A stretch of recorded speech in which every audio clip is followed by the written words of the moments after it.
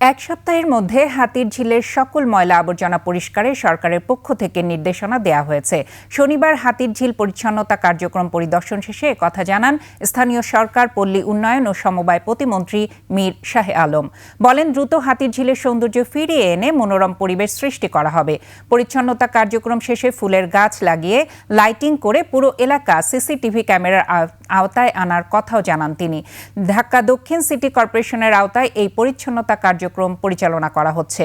হাতিরঝিল পরিচ্ছন্নতা শেষে রাজধানীর অন্যান্য পার্ক এবং লেক পরিচ্ছন্ন কর্মসূচি হাতে নেওয়া হবে বলেও জানান প্রতিমন্ত্রী।